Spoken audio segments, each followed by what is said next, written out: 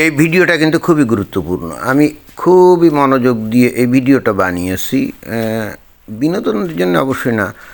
এই ভিডিওটা যদি আপনারা একটু স্কিপ না করে পুরোটা শোনেন, যদি একটু বড় 18 মিনিট, আপনাদের এই বিশ্বজগৎ এবং মানব সভ্যতা বুঝতে ব্যাপক সহযোগিতা করবে, যেটা আপনাদের জীবনে কাজে লাগবে। সো আশা করব আপনারা একটু স্কিপ না করেই এই ভিডিওটা শুনবেন। ডোনাল্ড ট্রাম্প মনে হয় যে খুব হতাশার মধ্যে আছে, তা না হলে এই ধরনের কথাবার্তা সাধারণত কেউ বলে না। ডোনাল্ড ট্রাম্প ভাবছিল যে ইরানকে খুব সহজে বাগিয়ে আনা যাবে, ওই তাদের যে বড় বড় নেতা টেতা আছে এগুলোকে মেরে ফেললে মনে হয় যে বাকিগুলো আস্তে আস্তে সুর করে নথি স্বীকার করে চুক্তি টুক্তি করবে। কিন্তু বিষয়টা হলো ডোনাল্ড ট্রাম্প হলে বোঝে নেই ইরানিরা হলে ফ্যানাটিক, মুসলিম ফ্যানাটিক, ইসলামিক ফ্যানাটিক। হ্যাঁ, ফ্যানাটিক মানে ধর্মোন্মাদ জাতিগোষ্ঠীকে কখনো এইভাবে ওই তাদের নেতা টেতা মেরে কোনো দিন কাবু করা যায় না। যেমন উদাহরণস্বরূপ এই যে হামাস, তাই না, এই যে গাজায় ইসরায়েল তো তাদের নেতা গোতা যতগুলো ছিল, সেই কি ওই তাদের নেতা কী ছিল জানি, ইসমাইল হানিয়ে, তারপরে আরও কতগুলো ছিল ভুলে গেলাম, এদের সবাইকে কিন্তু নিকেশ করে দিয়েছে, গাজাকে মাটির সাথে মিশিয়ে দিয়েছে। তারপরেও এখনও যে দুই তিন হাজার যে হামাস আছে, তারা কিন্তু এখনও সুরঙ্গের মধ্যেই আছে। আর বাকিগুলা কিন্তু ওই যে সাধারণ পাবলিকের সাথে মিশে গেছে, ওরা কিন্তু সারেন্ডার করে নাই এবং করবেও না কোনো দিন, কারণ ওরা তো ফ্যানাটিক, ধর্মোন্মাদ। ওরা বিষয়টাকে মনে করে এটা ধর্মযুদ্ধ, ইসলামের জন্য যুদ্ধ করেছে, এটা জিহাদ। ওটা মরে গেলেও লাভ, বেঁচে থাকলেও লাভ। মরে গেলে ওই যে বেহেশতি কি বাহাত্তর হুরের সাথে কি যৌনগালি করবে না, আর বেঁচে থাকলে মানে বিজয়ী যদি হতো, তাহলে এতদিন তো ওই যে ওই ইসরায়েলের জায়গা সম্পদ দখল করতো, ওদের সুন্দর সুন্দরী মেয়েগুলোকে গনিমতের মাল হিসেবে ভাগ করতো। আপাতত জিততে পারে নাই, তবে হেরেও যায় নাই বলতে আমি বলতে চাচ্ছি যে আত্মসমর্পণ তো করে নাই, এখন সাধারণ মানুষের মধ্যে মিশে গেছে। আর কিছু মনে হয় যে এখন গর্তের মধ্যে লুকায় আছে, সময় সুযোগ পাইলে আবারও বের হয়ে তারা এই কাজগুলো করবে। এদের কিন্তু ওই যে তাদের যে পরিবার পরিজন সেগুলো নিয়ে কিন্তু কোনো চিন্তাভাবনা নেই। এবং ইন্টারেস্টিং ব্যাপার হলো, এখানে যে যাদেরকে সাধারণ পাবলিক বলা হয় না, যে সাধারণ নারী শিশু এগুলো বলা হয় না, ওরাও কিন্তু ভয়ঙ্কর ধর্মোন্মাদ। ওখানকার নারীগুলা তাদের বাচ্চা কাচ্চাগুলাদেরকে শিখায়, এই তোরা ওই জিহাদ করবি, ইহুদিদের বিরুদ্ধে জিহাদ করবি, এগুলোই শিখায়। ওদের স্কুলে শুনলাম যে এগুলোই শেখানো হয়। আর ওদের মেয়েগুলো যে সন্তানগুলো আছে না, বলে যে মানে তারাই বলে যে এইগুলাকে আমরা ইহুদিদের বিরুদ্ধে যুদ্ধ করার জন্য পাঠালাম। এই কথাগুলো কী কারণে বললাম, এই হামাস হলো ওই যে সুন্নি হামাস হলো সুন্নি ফ্যানাটিক, আর এই ইরানের এরা হলো শিয়া ফ্যানাটিক। এই যে IRGC শিয়া ফ্যানাটিক, তাদের নেতাগোতা মরে গেল, তারা যদি একজন বেঁচে থাকে সেই একজনই লড়াই করবে। উদ্দেশ্য, মরে গেলে সোজা বেহেশতে গিয়ে 72 হুর যৌন সঙ্গম, তাই না। আর বেঁচে থাকলে ওই এরা তো আর বাইরে কোনো জায়গায় গিয়ে দখল মখল করতে পারে না, তো নিজেদের জায়গা সম্পদ দখল করে সেগুলো ভোগ করে আর কি। এই ধরনের ফ্যানাটিক পিপলদেরকে কোনোভাবেই, কারণ এটা তো আদর্শগত একটা ব্যাপার, এটা হলো আদর্শগত একটা ব্যাপার, আদর্শকে আপনি অস্ত্রপাতি দিয়ে আপনি দমন করতে পারবেন না।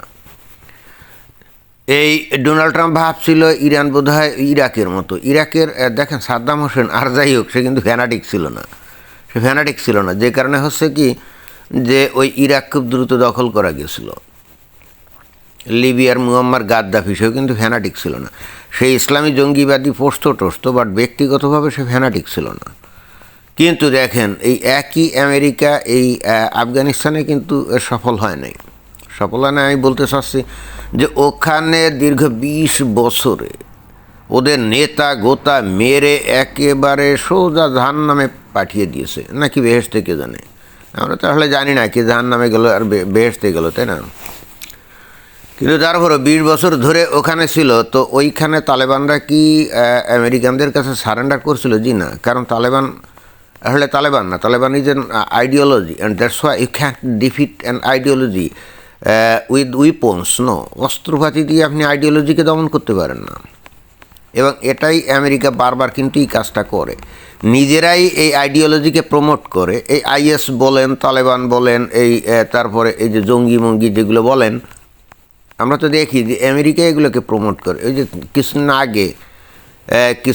আগে এই যে এই সৌদি আরবের এই যে এই রাজকুমার, তাই না, প্রিন্স মোহাম্মদ বিন সালমান, সে কিন্তু একেবারে পরিষ্কার করে বলে দিয়েছে 70-এর দশকে যখন সোভিয়েত ইউনিয়ন আফগানিস্তানে অ্যাগ্রেশন চালালো, এবং আমরা কিন্তু এটা মানে দেখি যে এর আগে কিন্তু এই যে ফ্যানাটিক মুসলমান তেমন ছিল না, জঙ্গি গোষ্ঠী আদৌ ছিল না, এমনি হয়তো নিয়মতান্ত্রিক ইসলামের দলটল থাকতে পারে, কিন্তু ফ্যানাটিক ছিল না। আমরা 70-এর দশকের, বিশেষ করে 80-এর দশক থেকেই আমরা এই ফ্যানাটিক পিপল দেখতে পাই। এবং সর্বপ্রথম ফ্যানাটিক পিপল কারা ছিল? মুজাহিদিন।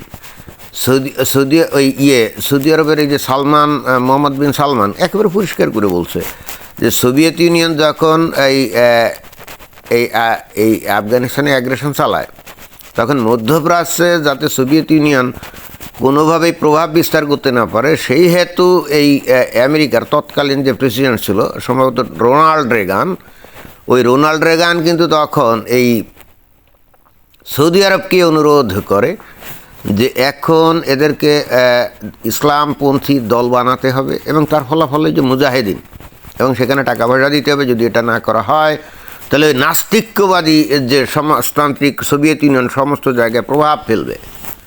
তো এই যে নাস্তিক্যবাদী যখন, আসলে তো সমাজতন্ত্র যারা করে বা কমিউনিস্ট যারা করে, তাই না, কমিউনিজম যারা করে, তারা তো আসলে নাস্তিক। তো এখন এই মুসলমানরা বা ইসলাম নাস্তিকদের বিরুদ্ধে সবচাইতে বেশি সোচ্চার, তাই না।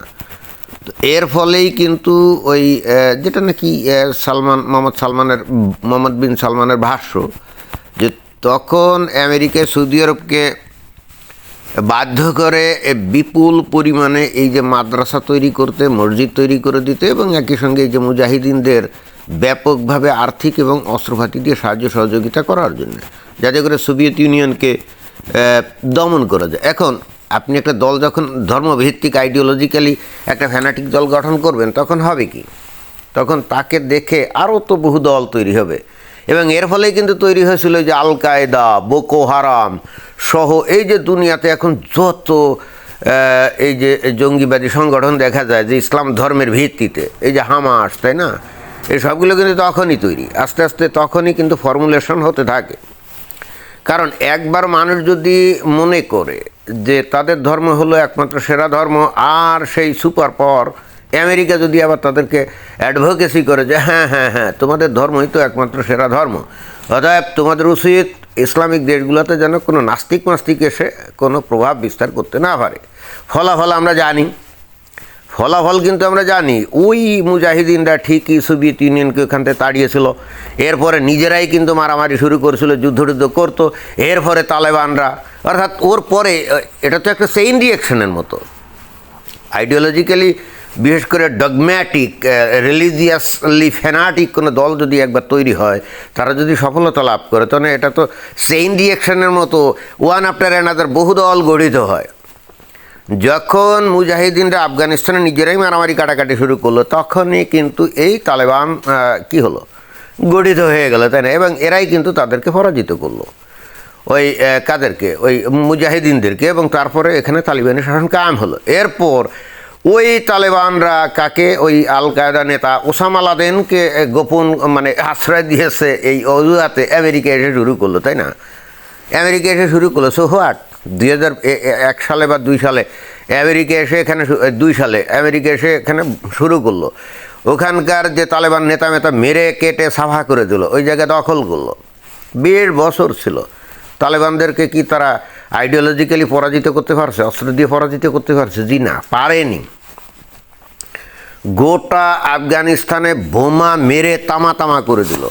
তারা অ্যাপাসি হেলিকপ্টার দিয়ে, আমি দেখছি অ্যাপাসি হেলিকপ্টার দিয়ে তারা রাতের বেলা নাইট ভিশন অস্ত্রপাতি ব্যবহার করে একেবারে টার্গেট প্র্যাকটিস করার মতো তালেবানদেরকে হত্যা করলো, লক্ষ। সো হোয়াট, তাতে কি ওরা দমে গেছে? না, কারণ ওদের কাছে তো ছিল একটা ধর্মযুদ্ধ। And that's why they are ready to sacrifice their life for the sake of Allah, for the sake of Allah. so that if they die, they'll be martyr and will go to heaven, will have 72 virgins for never-ending times, a sexual intercourse, right? আর যদি বেঁচে থাকে তাহলে ওই তালেবান ওই আফগানিস্তান দখল করে মজা রঙ্গ তামাশা করবে, যেটা এখন করছে। এতগুলো কথা কী কারণে বললাম? এই একই টাইপের ডগম্যাটিক ফ্যানাটিক রিলিজিয়াস ফ্যানাটিক দল হলো এই আইআরজিসি, এই ইরানে, তাই না? তো এখন এই ডোনাল্ড ট্রাম্প মানে আমেরিকা ওয়ান আফটার অ্যানাদার যে জিনিসটা আসলে বোঝে না, অলওয়েজ আইডিওলজিকে তারা অস্ত্রপাতি দিয়ে মোকাবেলা করে।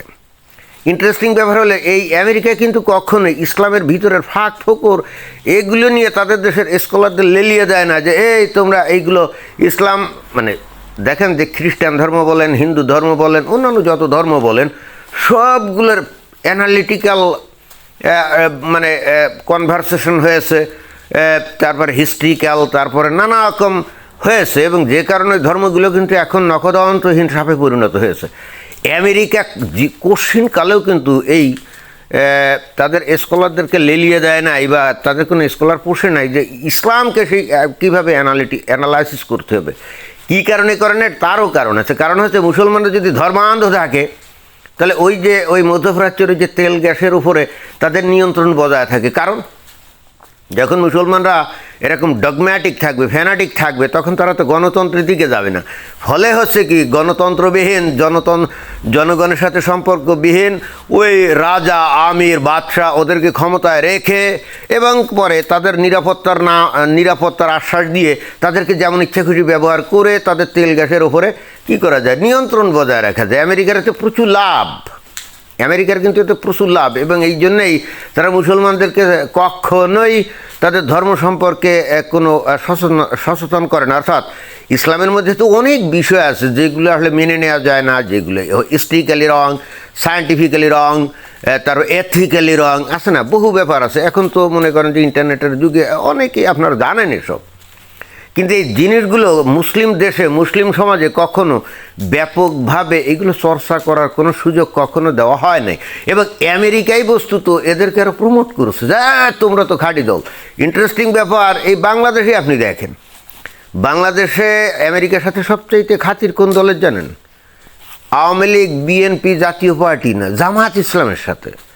জামাত ইসলাম একটা ফ্যানাটিক দল, রাইট? এর সাথে আমেরিকার কীভাবে খাতির হয় বলেন? ইসলামের বিধান কি, অমুসলিমদেরকে, ইহুদি নাসরা কাফেরদেরকে বন্ধুরূপে গ্রহণ করা যাবে না। তাই যদি হয় তাহলে জামাত ইসলামের সাথে আমেরিকার খাতির হয় কী করে? এখানে জামাত ইসলাম বিষয়টা এভাবে দেখে, হ্যাঁ আমাদেরকে যদি আমেরিকা সাহায্য সহযোগিতা করে ভালো, কি ভালোই তো, এতে করে যদি বাংলাদেশে ইসলামী শাসন কায়েম করতে পারি সেটা তো ভালো। এটাকে এরা অনেকটা ওই যে নবীর হুদায়বিয়ার সন্ধি চুক্তি করছিল না, ওই যে হজরত মুহাম্মদ ওই যে ওই মক্কার কুরাইশদের সাথে, এবং এই চুক্তিটা কেন করেছিল? কারণ মোহাম্মদ জানতো যে এই চুক্তি করার পরে অতঃপর তারা আস্তে আস্তে শক্তি সঞ্চয় করবে এবং 2-3 বছরের মধ্যে তারা মক্কা দখল করবে। And that's why they made this contact with the Quraish idolaters which is called Hudaybiyyah treaty, right? এই জামাত ইসলাম এই আমেরিকার সাথে সম্পর্কটাকে ঠিক এভাবে দেখে যে এখন পরিস্থিতি পরিবেশের সাপেক্ষে তারা হুদায়বিয়ার চুক্তি করছে নিজেদের শক্তি বৃদ্ধি করার জন্য, রাইট? এবং দেখেন তারা সফল, তারা কিন্তু সত্যি সত্যি শক্তি বৃদ্ধি করছে। এই 12 তারিখের ইলেকশনে যদি সত্যি নিরপেক্ষ ইলেকশন হতো, নিরপেক্ষ নির্বাচন হতো, they would be victorious and would come to the power and would establish sharia law in Bangladesh, and this is reality, this is fact. এত কথা আমি কেন বললাম? আমেরিকা নিজের স্বার্থেই এই মৌলবাদীদেরকে উস্কে দেয়, তাদের প্রমোট করে এবং তাদেরকে কখনোই সচেতন হতে দেয় না। কারণ এদের সম্পদ অনেক বেশি, প্রাকৃতিক সম্পদ বেশি। এরা যদি সব সচেতন হয়ে যায়, ধর্ম থেকে আউট হয়ে যায়, এরা যদি শিক্ষিত হয়, এরা যদি স্মার্ট হয়ে যায়, ইন্টেলিজেন্ট হয়ে যায়, তাহলে তো এই আমেরিকা এদের সম্পদের উপরে যে সাতবাড়ি করে, প্রভাব বিস্তার করে, এটা তো করতে পারবে না। And that's why they heart and soul keep Muslims in the darkness and they promote them to be fanatic. This is reality. এখন ঘটনা হচ্ছে যে এই যখন একবার ফ্যানাটিক হয়েই গেল, তখন ভাই তাদেরকে আপনি অস্ত্র দিয়ে দমন করতে পারবেন না। এই যে ইরানের এই যে এই IRGC, they are fanatic, religious fanatic, Shiite fanatic, right? এখন এই জায়গায় যতই আপনি অস্ত্রপাতি দিয়ে এখানে তাদের নেতা টেতা মেরে ফেলেন, they don't care, because they are ready to sacrifice their own life for the sake of their Islam. ফলাফল, ডোনাল্ড ট্রাম্প ভাবছিল যে 2-1 সপ্তাহের মধ্যেই মানে কাম হয়ে যাবে। ওই আসলে তারা এটাও জানতো যে আসলে হবে না, এবং এই জন্যে ইভেনচুয়ালি তারা ভাবছিল তারপরও যে হয়তো বা হতে পারে, মানে এটা একটা সম্ভাবনা ছিল, এমন না যে তারা হলে নিশ্চিত ছিল। আমেরিকান যে ডিপ স্টেট বা তাদের যে থিঙ্ক ট্যাঙ্ক এত বোকা না, তারা ঠিকই জানতো এই ইরানে এরা যে সারেন্ডার করবে না, কারণ অতীত রেকর্ড আছে না, এই যে হামাস, তারপরে এই যে তালেবান, তারা দেখছে না, দেখছে তো তালেবানরা কি সারেন্ডার করছে নাকি না। Eventually they became victorious and that's why they reigning over Afghanistan right now, তাই না? তো এখন যাই হোক, IRGC তো প্রতিরোধ করছে, তারা ওয়ান আফটার অ্যানাদার মারা যাচ্ছে, but they don't care, they don't care of their life, they don't care of their family, they don't care of their country. So what should be done right now? Donald Trump এবার বলছে ঠিক আছে, ভালো কথা, তো তোমাদের যেখানে যাওয়া দরকার সেখানে তোমাদেরকে পাঠানো হবে, তোমাদের দেশকে তামা করে দেওয়া হবে, and will send your country to the stone age. প্রস্তর যুগে পাঠিয়ে দেওয়া হবে, বোমা মেরে মেরে স্টোন এজে পাঠিয়ে দেওয়া হবে। ইন্টারেস্টিং ব্যাপার হলো, এটা কারে ভয় দেখাচ্ছে? এই ডোনাল্ড ট্রাম্প কারে ভয় দেখাচ্ছে? ARGC-কে। আরে they are ready to go to the stone age. তারা তো নিজেরাই চায় তারা নবীর যুগে ফিরে যাবে 1450 বছর আগে, বোঝা যাচ্ছে। অর্থাৎ বাস্তবতা হচ্ছে ইরান ধ্বংস হতে যাচ্ছে। এতে করে কে কি মনে করলো আর কে কি ভাবলো, ইট ডাজ ম্যাটার। কারণ হচ্ছে এখানে এই আমি বারবার যেটা বলি, ইরান কিন্তু ইসলামী সাম্রাজ্যবাদের প্রতিনিধি, রাইট? আর আমেরিকা হলো পুঁজিবাদী গণতান্ত্রিক সাম্রাজ্যবাদের প্রতিনিধি। So there will be war, there will be fight, there will be a struggle between them, and one will be victorious and the rest will be defeated, and that's the consequence of this conflict.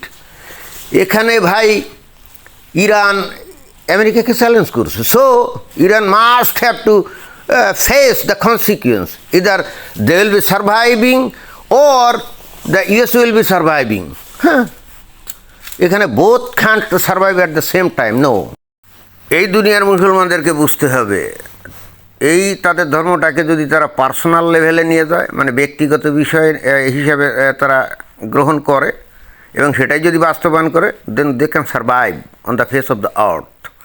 আর যদি তারা মনে করে যে কোনো একদিন ইমাম মাহাদি আসবে, he will be victorious over all non-Muslims and will establish Sharia state or Khilafat all over the world, তারা মূর্খের স্বর্গে বাস করছে, তারা কল্পনার যুগে বাস করছে। তারা বুঝতে পারছে না যে তারা এই সমস্ত কাল্পনিক চিন্তাভাবনা করে বসে থাকবে। যেমন এই যে হিন্দুরা কল্কি অবতারের অপেক্ষায় আছে, তাই না? খ্রিস্টিয়ানরা যারা নাকি ডিভাউট খ্রিস্টিয়ান, তারা বসে আছে second coming of Jesus, right? কেউ কোনো দিন আসবে না, এটা বুঝতে হবে, নিজেদেরকেই বেঁচে থাকতে হবে। যেমন ইসরায়েল দীর্ঘদিন ধরে তাদের এক সেভিয়রের অপেক্ষাতে ছিল, কিন্তু সেই সেভিয়র আসে নাই। অ্যান্ড দে মানে ইভেনচুয়ালি তারা কী করলো? তারা চিন্তা করলো যে এভাবে বেঁচে থাকা যাবে না, and that's why they developed themselves in all the sectors of knowledge, right? এখন ছোট্ট একটা দেশ ইসরায়েল, তারা কিন্তু মানে প্রচণ্ড শক্তি নিয়ে এই দুনিয়াতে টিকে আছে। বেঁচে থাকতে গেলে মুসলমানদেরকে এখনও সময় আছে, জ্ঞান বিজ্ঞানের দিকে তাদের নজর দিতে হবে, ধর্মকে বাদ দিয়ে। কোরআনের মধ্যে থেকে বিজ্ঞান আবিষ্কার এগুলো যদি তারা বন্ধ না করে, they will face the severe consequence in near future. খুব বেশি দেরিও করা লাগবে না, অন্তত আমি এটুকু বলতে পারি। ধন্যবাদ।